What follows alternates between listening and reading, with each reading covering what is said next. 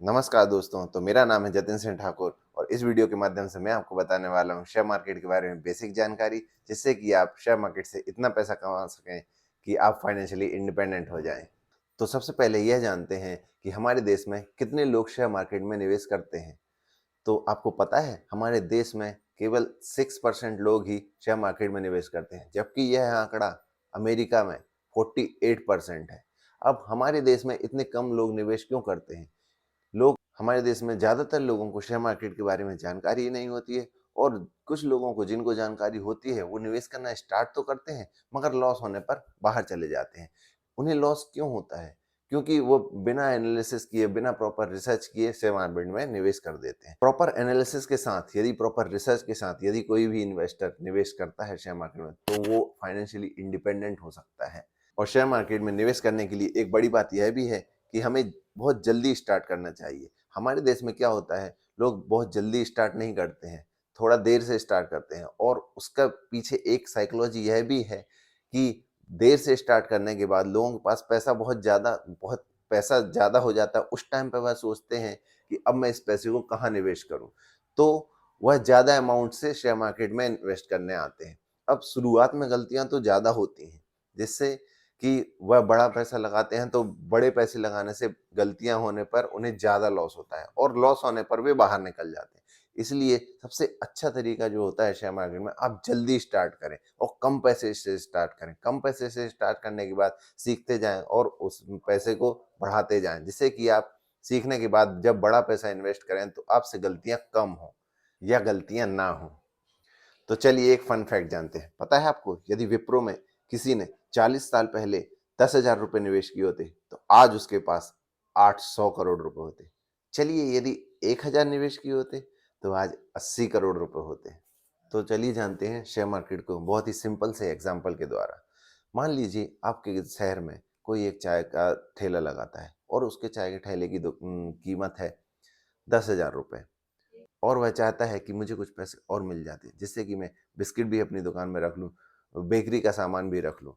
अब मान लीजिए वह इन्वेस्टर की तलाश करता है, और आप उसके चाय के ठेले में इन्वेस्ट करते हैं और आप उसे 10,000 रुपये देते हैं। उसकी चाय की ठेले की वैल्यू है 10,000, 10,000 आपने दी, तो आप उसके चाय के ठेले में 50% के हिस्सेदार बन जाते हैं। 50% के हिस्सेदार बनने के साथ आप उसे केवल पैसा देते हैं, और वह उस चाय के ठेले में काम करता है। अब मान लीजिए वह ग्रोथ करते करते वह बाद में बेकरी का सामान भी ले आता है, और बाद में और बढ़ते बढ़ते वह उस चाय के ठेले को एक रेस्टोरेंट में कन्वर्ट कर लेता है, और उस रेस्टोरेंट की कीमत मान लीजिए अब 10 लाख रुपए हो जाती है। तो पता है आपको, आप 50% के हिस्सेदार हैं, तो आपके पैसों की वैल्यू अब कितनी हो जाती है? 5 लाख रुपए। इसी तरीके से आप भी शेयर मार्केट में जो कंपनीज लिस्टेड होती हैं, जैसे कि रिलायंस हो गई, टाटा हो गई, इन कंपनियों के भी शेयर्स खरीद के इन कंपनियों के हिस्सेदार बन जाते हैं।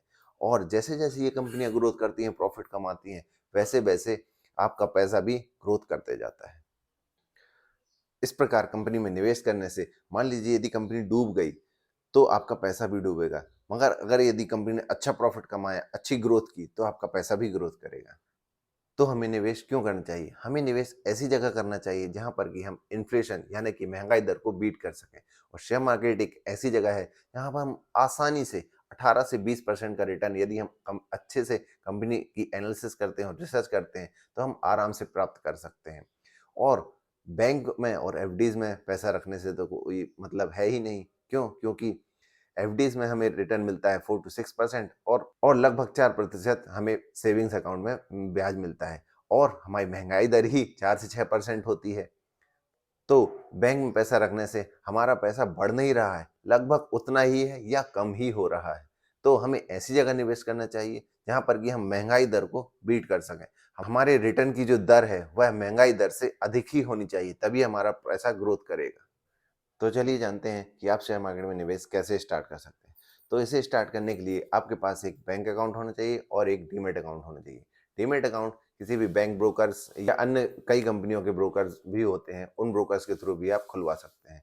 तो एक बैंक अकाउंट जो होता है वह हमारे डीमैट अकाउंट से लिंक होता है, जिससे कि आप हमारे बैंक अकाउंट से पैसा डीमैट अकाउंट में ट्रांसफर कर सकें, फिर डीमैट अकाउंट से आप शेयर को खरीद सकें।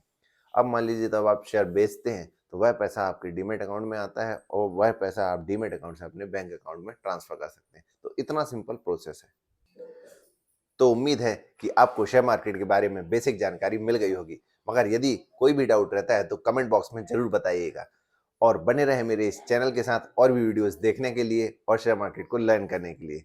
वीडियो को लाइक करें, कमेंट करें और शेयर करें, चैनल को सब्सक्राइब करें। धन्यवाद।